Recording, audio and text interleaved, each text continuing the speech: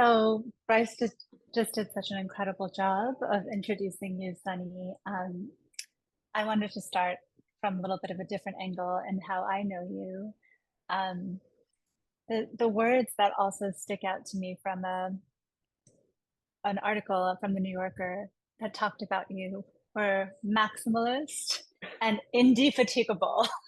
And it was years after knowing you and working with you to seeing those words in print about you. And I just want to start out by celebrating the span of um, of your work and your vision, really, from conceptual uh, theater storytelling type works that weave in music to innovations, real total innovations in jazz, which is where we really first met. And and the best party band in years, as Bryce quoted, Red Barats, which performs to arenas of thousands of people globally. So I don't know if there's anybody else in my own life who has that breadth and reach that you do. Um, and personally, my relationship with you, I feel like I could always the tone of celebration is the one that I wanted to uplift. Mm, Celebration, resonance, and connection.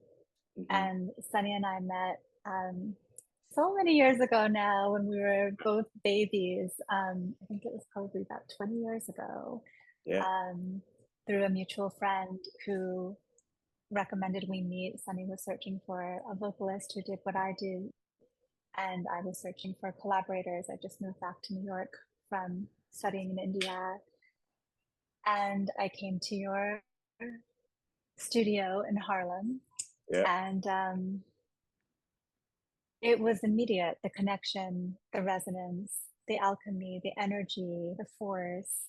And it's that has remained over these 20 years of knowing you, is this sense of bounty, of abundance, of celebration, a kind of celebratory force of creativity, Mm, and as a way of bringing people together, mm. and as a way of kind of obliterating borders in sound and across different supposed supposedly different traditions. I feel like you wind up really seeing the watercolor place in this incredibly fluid and fiery way, both fluid and fiery. Mhm. And so this is my own personal introduction of you. That's different from, and everybody should look at his bio because it's phenomenal. The range and the breadth and the accolades and the work that's been done. But I really wanted to start here on this other note of celebration, connection, and resonance. And as the themes that seem to be kind of expanding and exploding in your work right now, Mm. including in Wild Wild East, which is maybe a good place to begin since you're performing that Yeah. on Friday. Yeah. I mean, first, let me just say, thank you, everyone. But thank you, Samita. I mean, this relationship that we've had, working relationship, personal relationship, for 20 years, those threads just go in and out seamlessly, and it's rare to have that kind of connection with people. It's like you'll do lots of sessions with people through your life, um, and there's always connections, but it's beautiful how the connection just keeps deepening as years go on. Also with your own work, how it travels different places, and the journey is there. The core is always there, and it travels around, but we're always intersecting, which I've always loved and felt grateful for. So, just want to say thank you for that, and thank you for doing this. My pleasure. My Yeah. pleasure. Yeah, I mean, yeah, Wild Wild East. I'm psyched to open up World Music Institute 40th anniversary. Honor that Bryce and Gabby are having the band at Bryant Park. Um, it's going to be a wonderful night. We're going to bring a monsoon of sounds, not monsoon rain, just a monsoon of sounds. Uh, and there's going to be a wonderful band joining the evening. It's Ben Parag on vocals, Allison Shearer on saxophone, Almog Sharvit on bass, and Shub Sadin on guitar. The band I've been playing with mostly for the last 2 years. There's pretty much it's a different band that I recorded with on Smithsonian, for no real reason except, that's just how life goes, and that's how the pandemic kind of threw a curveball at everyone. And yeah, it's a wonderful band of just confluence of jazz, um, traditional, Indian styles, whether Rajasthani or Punjabi, folk coming into play. And then also, Mm, yeah, that idea of just celebration, which to me, celebration also is just a little bit punk and free and just wild. Not mm, to use the name of the band again, but it's like in a lot of stuff I do, I love living in that space of improvisation, of not knowing what's going to happen, and really just being in the moment and feeding off of the people on the stage and the people in the audience, mm, and just going with it. And I think from just having done that for many years, it feels very comfortable and it feels very liberating. I mhm, can't say I was easily able to do that 20, 25 years ago, but now it's come to a space where I revel in that. I find joy mm, in that. It makes me alive, and the worries just go away. It's mm. like when you have complete trust with folks on the stage like that. It's just yeah, it's just a privilege to be able to go in any direction that the moment calls for. That also seems to connect when I think about kind of the concept behind Wild Wild East, which is really strong Yeah, and really pointed, I would say. yeah, Um, it's really taking a, a myth and a trope of America, a foundational myth of America that we all grew up with, like air and water, yep, and um, and twisting it in a different direction to kind of create another mythology, which feels also liberatory. yeah. And the way you're describing how you feel in the sound also feels like how the idea feels. But I wonder if you want to just say anything about the idea itself or the connection between the idea and the sense of freedom in the sound. Yeah, I mean, the origins of the band and really the name. Like a lot of my work is centered around concepts first, um, Mm, before writing. Oddly enough, like when I look back on it, now it's like I can actually look back at it with a proper lens and say, oh, it's interesting. I usually write a lot of concepts and ideas down, and I start fleshing them out, and I come up with these storylines. And so Wild East was something that kind of hit me in 2016. We've talked about this before, just for folks listening in, but it's the first time it hit me. I was in the Global Village in Dubai, which is kind of like the Epcot Center of the Middle East. And so they have these small little microcosms of countries, and they're all represented by their different architecture, like the Byzantine art of Turkey or the Taj Mahal of India, the Eiffel Tower of France. And we were on stage doing a sound check, and I was looking out at this vast kind of display of countries, and then there was the Americas, and it wasn't even like the United States of America, or it was just the Americas, all encompassing. And we were represented by a human being. It was the only country represented by a human being, and the human wow. being was a white male cowboy with a gun in its holster. And you walk through the legs of this cowboy that enter the Americas. Just on the side of the legs were like a Mayan calendar and an Aztec calendar, just as like little mentions, but the Americas were this big cowboy, and I was like, wow, it's so strange. Like even over here, this idea of America is this cowboy. And then, while you're just sitting around waiting for sound check, yeah, I'm going through it like thinking about being a child and playing that whole game of Indians and cowboys. And I wanted to be Mm. a cowboy, and people are like, yeah, but you're Indian, so you should just be Indian. I'm like, well, wait, I'm not that kind of Indian. Like, what kind of Indian are we talking about? So it starts playing out in your head, and I'm just laughing. I'm like, this is so wild. And then also, with Trump's first election, and then the dismantling of constitutional rights in his first term, like it felt like like the Wild East in DC and New York. Like I remember driving out Mm, Thanksgiving, after he was elected. Yeah, it was Thanksgiving. It was Thanksgiving, and there was like there was no presence of traffic control in the city. Like it took us 4 hours to get from Brooklyn out of the Holland Tunnel. I was like, what the hell is going on? Like, this is wild. I've never seen the city like this. I've been here for 25 years. I've never seen it like this. So it was a play on that. It was a play on, what you'd mentioned earlier, this myth, this archetypical kind of thing of the cowboy, this bold and courageous person, who goes out west and discovers new lands. And I started thinking about my parents, our friends' parents, other immigrants, people that made up this country, leaving a familiar homeland and coming to a new place to start a family. And that was like the seed for Wild Wild East. And Hmm. so I wanted Hmm. to I wanted to dive into, my family's lineage, which comes from pre-partition of India in 1947, like after the British left and Pakistan got their independence and India got their independence. But for 150 years leading up to that, there was a lot of divide and conquer over religion. I'm simplifying it. There's a lot of other stuff happening, but Sure. I think what always hits me is the lack of solidarity amongst South Asians. It's like we're always divided, and this is an Indian thing over here, this is a Pakistani thing over here, this is a Bangladeshi Hmm. thing over here, a Sri Lankan thing, and I don't want to detract from those regional um, qualifiers and intent of how they are different. But what about always just trying to find the commonality versus the constant feeding of we're different from Pakistan because they're Muslim over there and we're not over here, which also Hmm. is Hmm. problematic as we see nowadays with Modi. So the seed was starting from right there. The seed was starting from there and delving into my parents' history of after partition, fleeing what is now Pakistan, going to the eastern side of India and Punjab, and just the wild life like that my dad led, and just folks around that whole partition and just hearing what my families had gone through and my dad, and then eventually my dad moving to America. Like he was the only one in our family that moved to America. The rest of my family's back in India. Um, and I really laid into that to try and tell the story of my parents.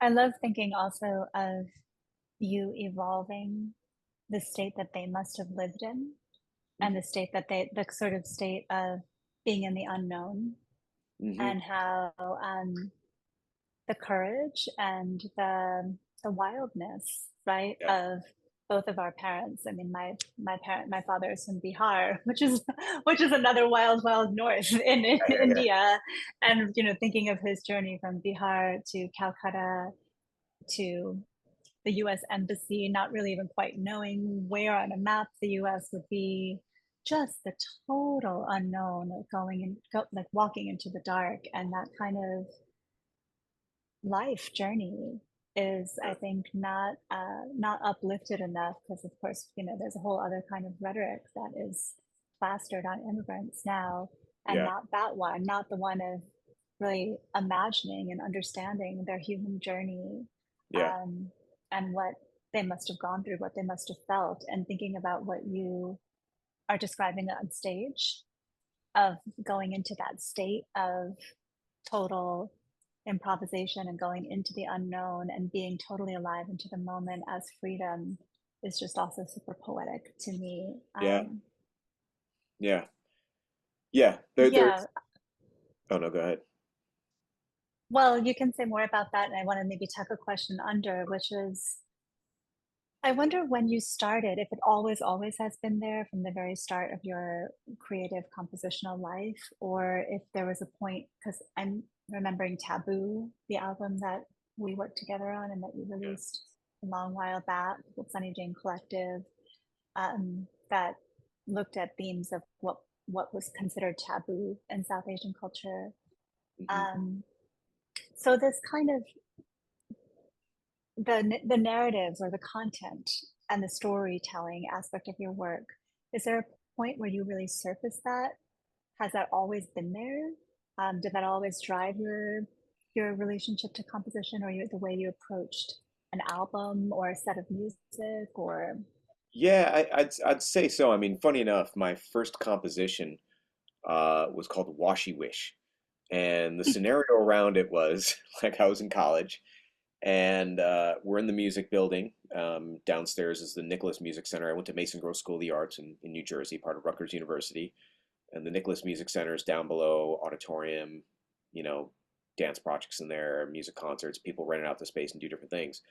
It was around Diwali time. And so I was living on a different campus than where most of the South Asians lived.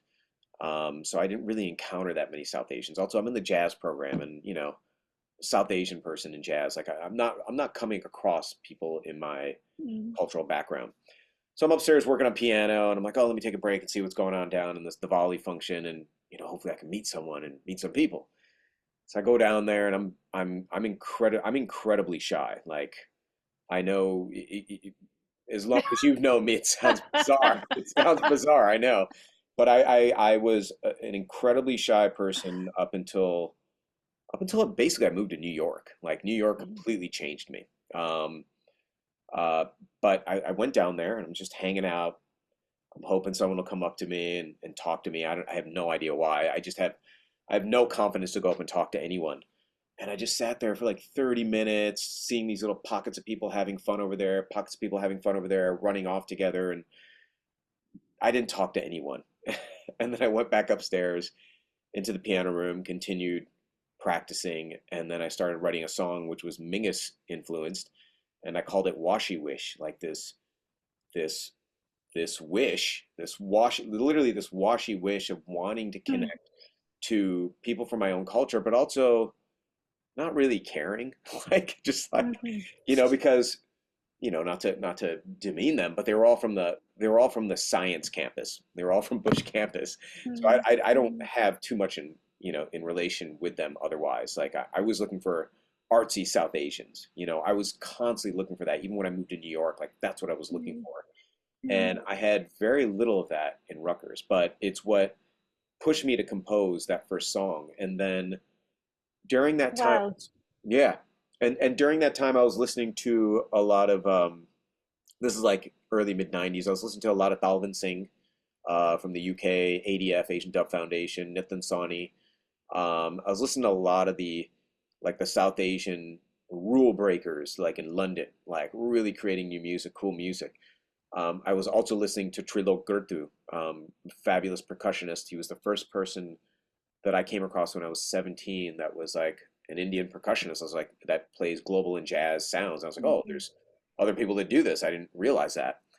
And I was listening to a lot of that music, and my drum teacher, Akira Tana, I was in composition class with Kenny Barron, and we had to write some songs and, just stick by a certain jazz standard form. And I was like, Akita, I can do this, but it's like I'm hearing all this other stuff that I want to write, and I don't really know how to do it. He's like, man, just write down whatever you're hearing. I'm like, what do you mean? Like, I thought I'm supposed to like write an AABA like standard form or like a bebop thing with changes or giant steps changes. And he's like, well, yeah, you got to do that too for Kenny, but whatever you're hearing, like, just write it down. And I was like, okay, like, but what about the form and all that? He's like, there's no form. Anything you want, whatever you hear is truth. Wow. And like, so he was the first person that also kind of pushed me to do that. And I've had mentors along the way. Michael Carbon, another fantastic drummer, drum teacher that I studied with when I moved to New York, really pushed me in finding that identity, that cultural identity that had always been there. But Mhm. I kept things so separate, But Mhm. composition really allowed me to filter these things and have them melt together. Incredible. Yeah, when you talk about that, it's like these teachers are these figures that give us permission Yeah, to let something out that's inside and that's bubbling, and somebody just has to yeah, press the release button or something and right, let it through. It's really beautiful to think right, about how people can do that for each other and how you remember someone from having done that.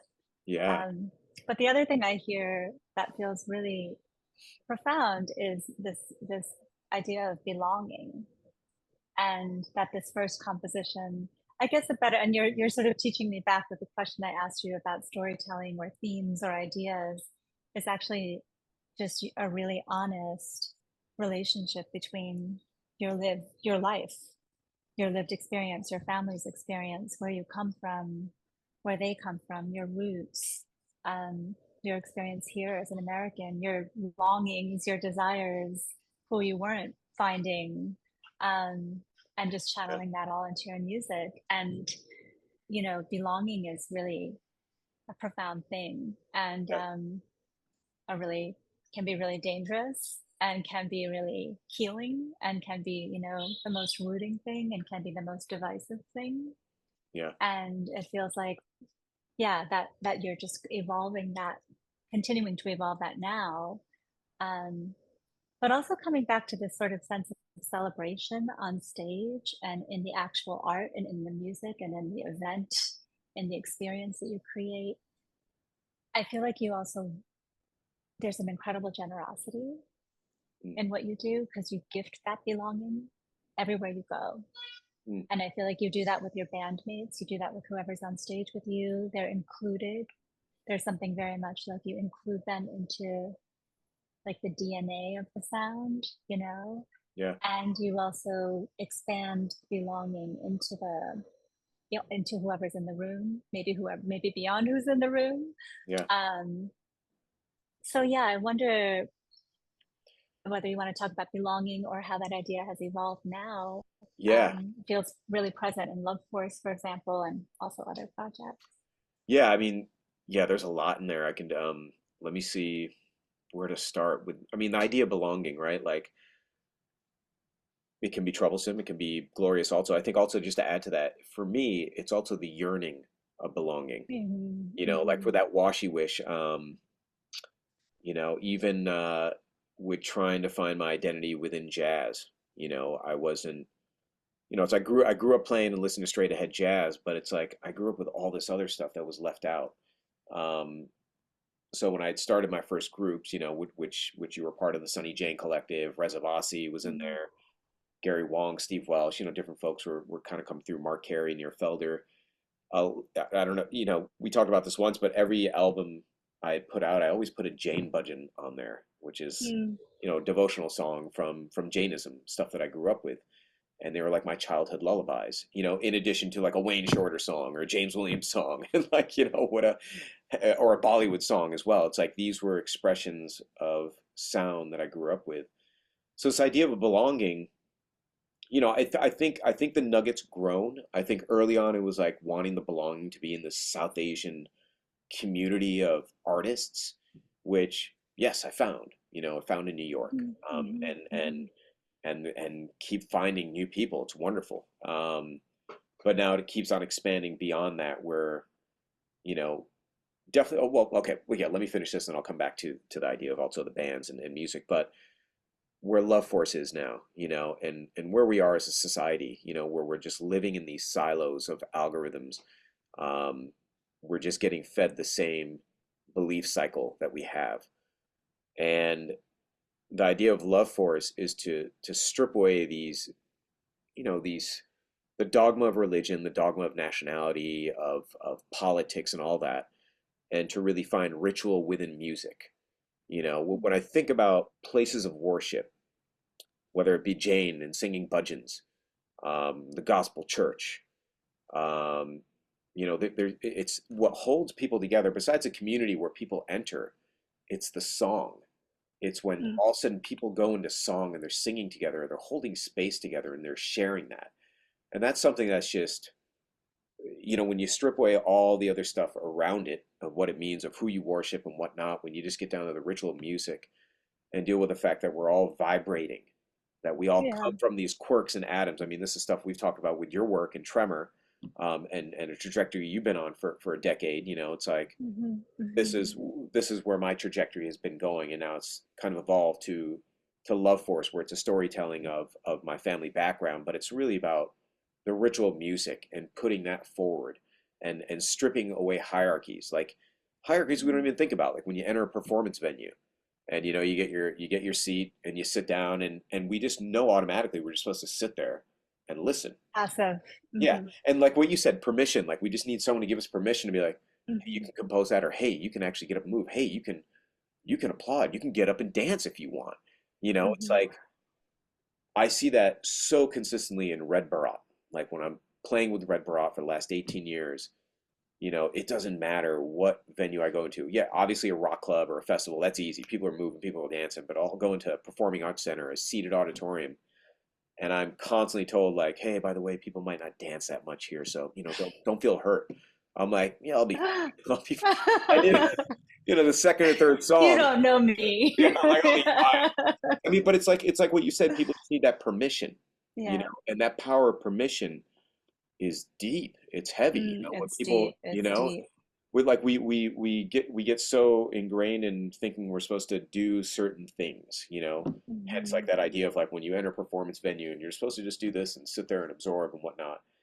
Um, anyway, so that's one aspect of the idea of belonging. Also, the idea of belonging. Can I just Yeah, yeah. actually interrupt and say one thing about permission and what you do? What part of why what you do is so powerful is because it's permission not only of an individual but on a collective level. Yes. And that I just want to weave that into wherever you're going. Yes, which I was going to come to next. Like when you said, giving that permission and bringing everyone into the fold. First, let's talk about the Yes. band, the people on stage. They have to be in the fold. They have to have their Hmm. own voice seep out. Like I can have a vision and I can try and steer it. That you also have to let go sometimes. You have to let them input their voice and feel Hmm. part of it. At the end of the day, if I'm not a soloist up there, if it's with me and other people, I have to give some. I have to give them their space to be themselves. I mean, that's the only way music is going to happen. It's like it doesn't even matter what I wrote on the paper. That it only comes alive with human beings playing it. And so the right human beings bring out different things, and they're all glorious. Like I don't, I mean, I prefer certain combinations, but I'm always thinking about how do these combinations work together, and I'm aware of how people play maybe within their own context, and I think about that versus pairing someone else up, and you can get like the quote unquote um, the most amazing musician on their instrument and put them all together. It might not gel, because there's personalities. It's not just about playing the notes on the page. There's personalities. There's the way people give and take and listen. It's the energy on stage. So that's first and foremost, getting that energy on stage, right? But then what I've always fed off of, and the reason I play music, the reason I've reminded myself over and over, the reason like, I okay, I'll get back to that in a second. That's a lot. What I'm about to say it takes a moment to unpack. The reason I play music is because I want to feel that audience. I want to feed off that energy. I want that symbiotic relationship. I really I really cherish that, and I honor it. I don't take it for granted. Um, and I don't take it for granted in the sense of it doesn't matter if there's 10 people in the audience or if there's 1,000 people in the audience. Like I'm gonna have that relationship with you, and we're gonna have that Incredible. relationship together, and that feeds me, and I know it feeds the people on stage. It's a different entity when you're rehearsing down here in your studio versus being in front of people. You know, I still try and Hmm. perform like I'm in Hmm. front of people when I'm in a studio doing a rehearsal. Yeah. Pretend like it's my last time playing, like I'm trying to do the best I possibly Mm-hmm. can. Like no matter what, I'm just reaching for dear life for the best that I can do. Um, but then yeah, I love the connection too of like almost relation. Oh gosh, how can I put this? The substance that you're working with is sound, of course, yeah, but it's also the energy of relating to each other, or the energy that's being passed back and forth is yeah, as much the substance as much your material, your paint, your yeah, sound, your artistic material, yeah. um, and you're creating with all of that. It's like it's a real. I think, yeah, I think that's always been your voice, but it feels like it's really reaching it's really blue in bloom now with Yeah. these projects. Yeah. And to back up, like, for a second, the reason it's gone so hard in that direction is there's two people in particular that I got to perform with in New York, like early on when I moved here in like early 2000s. One is Hayes Greenfield, an Mm, alto jazz saxophonist. I played in his children's group called Jazzmatazz for 10 years. that's right. Um, yeah, it was a funny story how I got the gig, but that's for another podcast. But I was working all these schools with them in New York City, in Jersey, Connecticut. We're traveling around like throughout the states, and so it was one of my main gigs for like 10 years. And Hayes brought so much positivity and joy to Mm, kids day in and day out, and it was just refreshing to be around that, to mm, be around. someone that wasn't caught up in how they were playing, or oh, I missed that Mm, change, or oh, I haven't practiced or whatever. It's like, what I was experiencing was a lot of that self kind of reflection in jazz of like, oh, sorry, I sound sad, man. I haven't shed today, and blah blah blah. And it's like you just play wow, good. You this just is play, fascinating. yeah. And it's like we all just play this beautiful music on stage. Like, why are we so inner about ourselves and not Yeah. recognizing the moment we all created? And I started getting discouraged with that. So Hayes was one person, but then when I was getting discouraged with that feeling in the scenes that I was playing in, I started linking up with Kenny Wollesen, great drummer, Yeah, plays of with course. John Zorn, Bill Frisell, and he was putting together a band called the Himalayas with another great saxophone player, Jonathan Hafner. And they were opening up a place called Zebulon in Williams. Oh, Yeah, this is like before like Wythe was anything. It yeah. was it was like scary to go there. But Kenny had a long-standing every Sunday there at Zebulon, and he basically Hmm. just invited everyone. Like, got Butch Morris would be there doing his conduction thing. Bill Ware was playing vibes. Bill Frisell showed up a bunch of times. Scott Colley, like everyone was there. Jesse Harris, like there were so many people.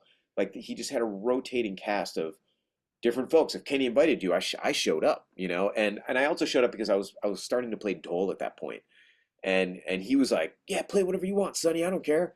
And there would just be like 20 people, and we would just be making sound in the moment. Maybe he'd have a couple sketches and compositions, but Kenny was like just playing bass drum and cymbal, and he brought so much joy. It was infectious, and it was around Hmm. that time where Red Barat seeds started happening. As you know, it happened Hmm. at my wedding in 2005, and then the seeds were planted at that point because of Kenny, because of Hayes, because of stuff kind of going through forward with dhol playing, and me just falling in love with that instrument. But that idea of just the belonging, the energy, and feeling that exchange Yes. with people and the musicians, like that reaffirmed and reminded me when I was 16 years old, the reason I decided to go into music is because I love being on stage and playing for people and hearing people respond. Like it Mm. reminded me that I'm like, oh, this is why I'm doing it. Like, remember that you're trying to play for people and trying to bring people together. Like that's important. Mm. It feels too that you're something I want to uplift feels like a secret thread that's really worth surfacing is vulnerability. And I feel like the story behind your Washi Wish first composition is beautifully vulnerable. Mm. Is that and what you when you talk about the yearning to belong, and which comes with the pain of not belonging is the other side of that, or the feeling of being outside, right? Which is also something I think we experience, or immigrant experiences, it's indelible to that too. Yeah. Um, but the vulnerability of letting that also in to your artistic evolution and how you've generated work, and also things that I see you, and even the evolution of that in Love Force, of you as a performer Yeah. and you as a storyteller, and it's a whole new world of you revealing parts of your life, and really profound and tender parts of your life, including loss, um, in that work. So it's just something that feels worth elevating. Yeah. Yeah. I mean, I think to go back to like the compositional like inspiration for things, right? I never really sit down and just write. Um, I wish I could, but I have to draw. I have to draw from some emotional place or some story, um, Mm. and have some kind of conceptual idea of what that is to me, what that feels like, and then writing the music. Like honestly, that's the easy part. It's more tapping into my emotion Mm. and my experience and what is it that I want to say with this. Um, so while these, for instance, what we talked about with the seed was, as you know, during that time when I was writing the music and recording it, my father's health was failing, and we had to release the first single 2 days before he passed away. I already knew, it was inevitable, and that loss was coming, and I had to tell the label, I'm like, listen, you can release a single because it's been planned, but I'm going I'm going to be disappearing for the next couple months. So you're going to have to handle the rest of it. Um, in writing that story and feeling that grief and connecting to just family lineage and all the stuff I had written down was kind of the impetus for going for Love Force. It was the idea of remembering, like, oh, I write all these things down, I have these storylines, these narratives, and then I write music, and then there's just a small concept of like, this is what the music's about. I never really talk Mm, about it on stage. It's just put it out there. I mean, same with Red Borough mm, or Taboo. mm, There, mm. there was strong narratives and concepts behind it, and it never sees the light of day. And so I got interested in Uh-huh. how can I deliver more of that while still delivering music, which I love and is dear to my heart. I still want to do that, but find a different medium so I can actually put more concept and foundation around Mhm. what this is and why I'm doing something. Um, and it also happened because it was pandemic time and I was home and had a lot of time to write and start conceiving just different ideas. Like when I did the Phoenix Rise cookbook and I started working on Love Force at that point, I started writing all these sketch ideas down and started workshopping it at Joe's Pub for a couple of years. I love thinking also of cooking Yeah, as the same kind of alchemy as what you described in putting bands together. yeah, This might go, you might think this amazing thing and this amazing thing would taste perfect together, but actually, it's all this sort of alchemical. right. But I feel like music and cooking, and but not only just music, but the relationship with the audience. And I want to just talk about something that's striking me is when you talked about ritual or religious spaces and how sound in different throughout the world, throughout time, how sound has been this force of moving people, right? And moving people together, and different traditions have different pathways of how that manifests. And yeah, I think this term collective effervescence is something that you used once when you described love force to me as a concept you were thinking about. But I think about the almost thinking about the the anatomy of sound, the anatomy of sound and spirit, Hmm. and almost like being able to strip away the ideology or the religious concepts that can create more rigidity around people and between people, and really working with the anatomy of how sound moves the spirit and moves the body and moves ideas and collective effervescence. Can you just say what that Yeah, means to you? yeah. And I mean, 100% what you're saying with anatomy and the energy and how that influences sound, right? And the moment. The idea of collective effervescence actually came from one of your friends, Ash.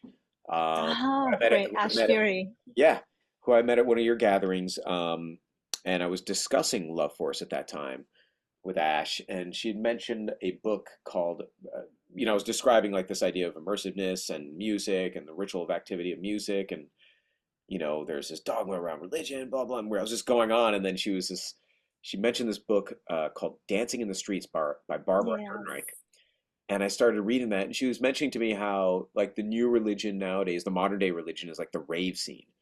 And I was like, oh, Oh. fascinating. So I started reading this book, and in there was a mention of Emile Durkheim, a French sociologist, and that's where the word collective effervescence comes from. I went back Mm, and started reading some of his books, the elementary foundations of like the beginnings of religion, where his thought process was the idea of people were coming together around totems, and mm, which was a manifestation of the clan, the people that were living together.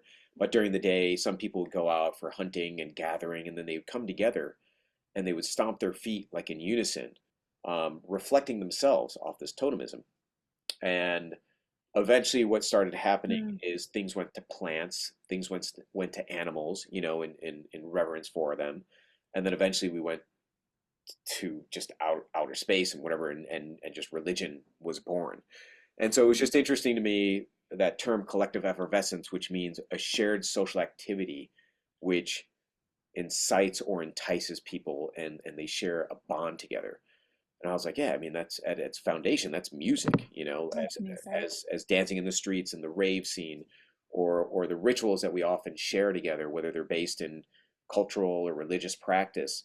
A lot of them are based around sound, you know, whether it's lyrical based or rhythmic based. They are sound, they're vibrations, you know, it's what we're made of, it's what we respond to.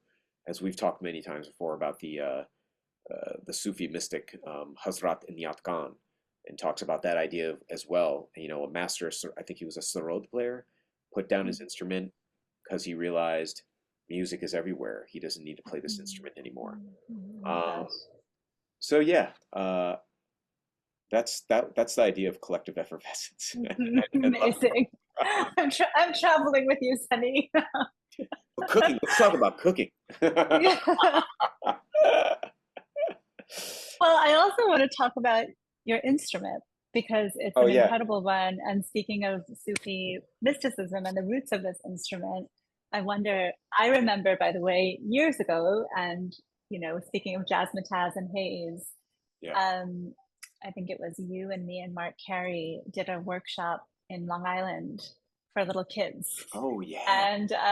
And you did a demonstration of the dhol, and you also taught them about the instrument itself. And I wonder if you can Yeah. share with our. Do you remember what that program was called? No, I don't actually. It was called Fusionistas. Oh no, don't remind me. I buried that. I buried that deep inside. I don't know why it popped into my head. I was like, oh I my God, can't I believe remember you that. remember that. I know, I just remember that. I was like, oh yeah, Fusionistas. Uh, well, so I got a bunch of doles around. You see them back there. Um, Here we go. Let me put this over here. Sorry. So this is a Sufi dole I actually got from Pakistan. It's a little out of sorts right now. So I don't want to play this one because it just doesn't sound it's the top tip shape that it needs to.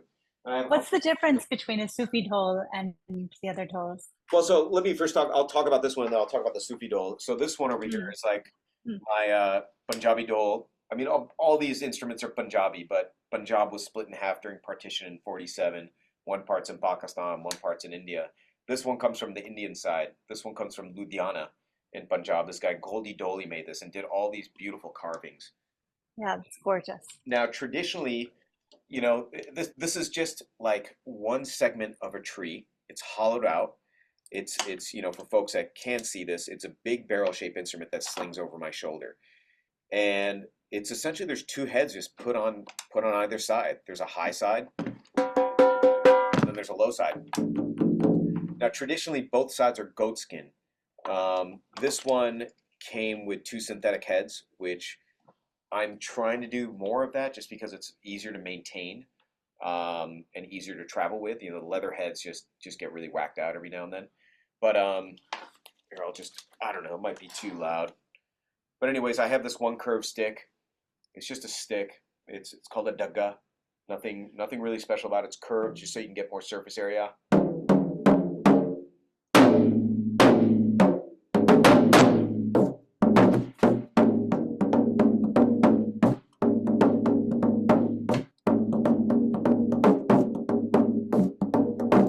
So that's the low side, and then there's a high side that I play with a really thin stick that's called tilli, which literally in Hindi means thin stick.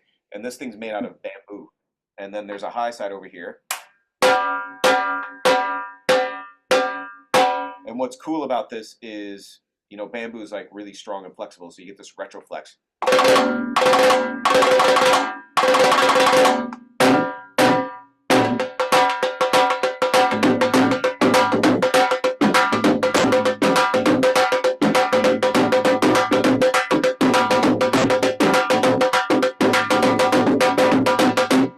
That's like your typical kind of chal or bhangra beat, folk beat that you hear in Punjab. So this is the Eastern Punjab dhol, right? Now the Sufi dhol, I mean, I can try and play this. This just doesn't sound that great. The difference with this is you have a rim that's goat skin, and then the inside Oh, is a synthetic head. Um, and this side is typically always synthetic side, the bass side. It also just has a way different sound Wow. and resonance. Yeah. Oh yeah, see, this sounds really out. Really, this high side should be really highly pitched, even Okay. higher than an Eastern Punjab dole. It's ripping high, and a lot of the Sufi doles are much larger. This one was made specifically so I could fit it in my dole case to bring back home from Pakistan. So that's why this one's Mhm. smaller. But I have a couple Oh, of beautiful ones upstairs that I got from some Sufi dole masters over there. Ustad Abid Hussein, and then another one from Sain Nasir, who are like Sufi dole masters over in Pakistan in the Punjab area. wow. Have you ever sat in a Sufi dhol? I don't know. I don't know if it's a long duration or that kind of experience ceremony or. We went to the Shah Jahan in Lahore when we were visiting there. While used to tour Pakistan in 2022, and so Mhm. they took us to this shrine, this Sufi shrine, every Thursday. For a number of years, there was a great Sufi dole drummer named Papu Sain who passed away during Mhm. pandemic, but he used to play Mhm. there every day. And so I used to watch these videos of Papu Sain, this other guy, Sain Nasir, Gungu Sain, who is also related to Papu Sain. And they used to play there every Thursday. So the folks that brought us over to Pakistan took us there, and his son was playing. Papu Sain's son was playing, and he's like 18.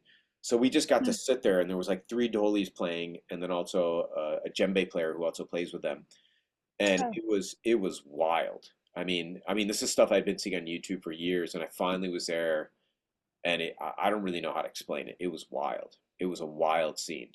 Um, it's just that much rhythm that's happening and how tight they are with the language, the sound of it, the energy, and then the whirling dervishes mm, start mm, happening. The mm, people are mm. out there and they're spinning around in the little pit area. It was absolutely amazing. Wow. And then How long was it? How long did it last? God, how long were we there for? I think we are there for an hour or so. Yeah, I think we are there for an hour, and I think it was still going. And then our guy was like, "Hey, we should get going. Like it's getting too late. Like safety issue. I guess I don't know. I don't really know. Yeah. But Mm, mm, and then I mm. did get to play with Nasir Sain, who also is another person I've been checking out online for years. Wow. And when we went back to my family's home city, Sialkot, um, I met him like at stage there and didn't realize that he was coming to the show. I was like, "Oh my God, this guy's here!" Like Wow. he hugged me, gave me this great embrace, and then he came up on stage and played with us. So I had a jam with him Wow. for like 30 minutes. And then at the end of it, Samita, I've told you this before, he gave me his dole. He gave me his dole drum. And then I didn't get it for like 2 years because I didn't have, I was going to India afterwards and I had too much luggage. And then a friend of mine was going to Pakistan to get married. He lives like 3 blocks away from me. And I was like, "You're going to Pakistan?" I was like, "Dude, there's a drum there in Islamabad that was gifted to me. Can you bring it back for me?" Oh my And God. some friends over there had just held on to it, and so my buddy Ricky brought it back, and so I have that drum that Nasir Sain had given me. Uh, Wow. yeah, just an honor and just a Incredible. beautiful drum. I think there's a little question in here. Oh, let's see. Wild East has a very mythic cinematic quality. Do you have any favorite movies or TV shows about the American immigrant experience that inspired you? Wow. That's a great question. Yeah. Yeah. Um, so two people in particular, composers. One, of course, Ennio Morricone, the spaghetti westerns, the composer for Mhm. all the Sergio Leone spaghetti westerns that starred Clint Eastwood. Um, but then Maury, I mean, I grew up with hearing that sound just because how can you not hear that sound growing up in America? The spaghetti westerns, you're hip to it. But the other thing was growing up with R.D. Burman, Rahul Dev Burman, magnificent Bollywood composer who composed the music for Sholay, which was considered a curry Oh, western movie. It came out in 1975, and R.D. was borrowing like actual slight progressions of Ennio, but then doing his own thing, his own Bollywood twist to it. And like that whole like curry western thing was short-lived in movies for like 2 years. I Uh, never heard of that term. Oh, you'd never It's heard of that? amazing. Yeah, there, No. there there was there was there was a few Bollywood movies, and then there was a ton of Tollywood movies that were really kind of dabbling into the spaghetti Western thing, but with the Indian Wow. kid. And I just remember hearing a lot of this music growing up, like the Bollywood stuff. And then, as I got older, then I went back and was checking out some of this stuff. And it was just short lived. Like people just didn't really dabble into it that much. So yes, I was drawing upon those two influences, the Bollywood, the Enyo, but then again also Rajasthani folk, some Mm, traditions that come out of Jaipur, and Jodhpur actually, because that's where my 13th century ancestors come from, and then wow. Punjabi folk. That's the wild west of India. That's the Wild West of India. That's the wild west of India. The great That's Rajasthan, the desert. Yeah. right. Yeah. That's just the wild, wild. I was thinking about it ahead of this Zoom thing, and I think about this often. It's like how we have these terms East and West, and it's like it all depends upon where you're at. What is East and Right. what is West, It's Right. but yeah, Well, I think we're close to wrapping up. I wonder if there's amazing. anything else you want to uplift about what's cooking in your life, literally what's cooking, or Well, anything well, artistic, any projects, or anything else you want to broadcast before we well, end. yeah, no, I'm excited for Wild Wild East to perform this Friday, August 15th at Bryant Park. Gamelan Dharma Sware is performing, opening up the show at 7. We take the stage around 8. I think everything opens at 6 over there though. It's gonna be super fun. I will be premiering Love Force in New York, January 9th at Symphony Space as part of Under the Yes. Radar. And someone's asking, do you still play weddings? I do. I just had two. Oh, I just had two weddings last week, and this is crazy. One of them, Edelton was on one of them. Chris Edelton, a friend of mine's drummer, and one of the weddings we did, like the folks didn't show up for 2 hours, and I had oh another my God. I had another gig to get to, so I had left. I was like, and I'd never done that before. I felt so guilty. I was like, I don't know what to do. Like, you paid me to get here at 10. Like, I've been here from 10 to 12:30. Like, I was like, this is insane. Like, I have to go now. And yeah, but I still do weddings. Red Barat had some weddings. Just show up on time. Yeah, I showed up on time, but they were on a hardcore IST time, and I'd never experienced that in so long. I mean, typically people are like 35, 40 minutes late, and I deal with that. I'm fine with that. But this was like they were 2 hours behind, and I don't even know when they showed up. I left. I was like, I gotta go. I'm like, I'm not gonna be here when you arrive. I'm like, I'm sorry. Well, Sunny, this has actually just felt like hanging out. And I also Yeah, just, I want to say too that something I've loved about our relationship over these our decades of friendship is laughing with you. yeah, And it's something that Sunny is also integrating compositionally into his life is collective laughing, which is, I think, just a stroke of genius. And maybe we'll leave it there as mystery for yeah. people who We'll want leave to that as a investigate your mystery. work. Leave it as a mystery. Leave it as a mystery.